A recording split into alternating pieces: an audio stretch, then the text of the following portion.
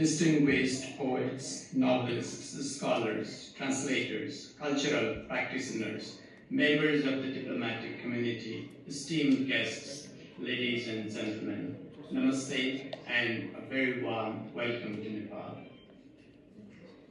It is a great honor and a personal pleasure to join you this morning at the inauguration of the Himalayan Literature Festival and the Writers' Workshop 2026. In a world increasingly shaped by algorithms, artificial intelligence, data, and speed, why do human beings still write poetry? Why do we continue to tell stories? Why do we gather at literary festivals like this? I ask that question not as a minister, but as a lifelong student of literature. Many years ago, while pursuing my master's degree in English literature, I encountered writers from different countries, different cultures, languages, historical periods, whose works expanded my understanding of the world. Those experiences taught me that literature is not merely an academic pursuit. It is one of the humanity's most enduring ways of understanding itself. It helps us confront difficult truths, appreciate beauty, and imagine possibilities beyond the boundaries of the present.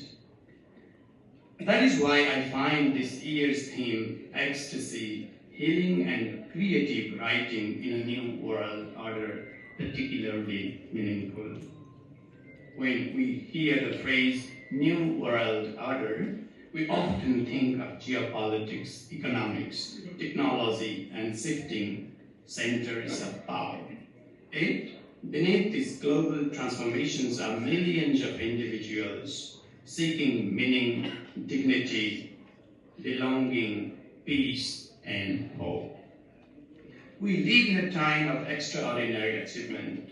Scientific discoveries are accelerating, communication technologies connect continents in seconds.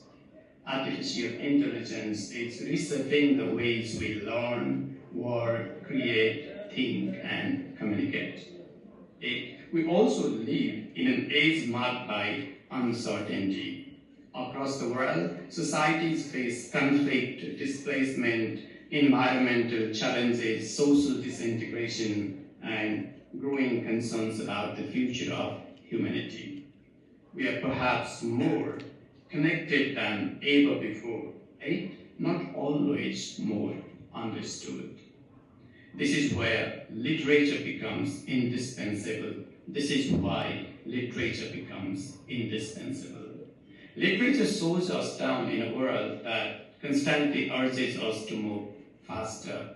It invites us to listen when we are tempted only to speak. A poet softens our sensitivity to language and emotion. A novelist may expand our capacity for empathy. A translator may perform the remarkable task of carrying meaning across linguistic and cultural boundaries. In that sense, writers do much more than produce texts. They help preserve our collective humanity. I have witnessed that power personally as well.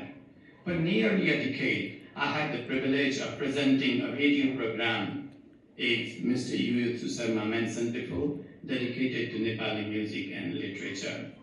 Week after week, I engaged with poems, songs, stories, and conversations with artists and creative minds. One of them was obviously your own Yuyutsu Sharma, founder and the curator of this beautiful festival. Those years taught me something valuable. Literature and music often travel where politics, geography, and social divisions cannot. They connect people through shared emotions, aspirations, and experiences. As we gather here today beneath the Himalayas, there could hardly be a more fitting place to reflect on the relationship between creativity, healing, and human connection. The Himalayas are not only simply mountains. For centuries, They have inspired seekers, pilgrims, philosophers, and artists. They remind us that the highest journeys are often not geographical, but intellectual, emotional, and spiritual.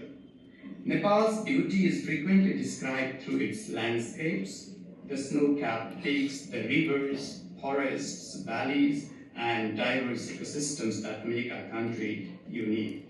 8. Nepal's greatest wealth extends beyond its natural beauty. It actually lies in the extraordinary diversity of its people, cultures, traditions, and languages. Within a relatively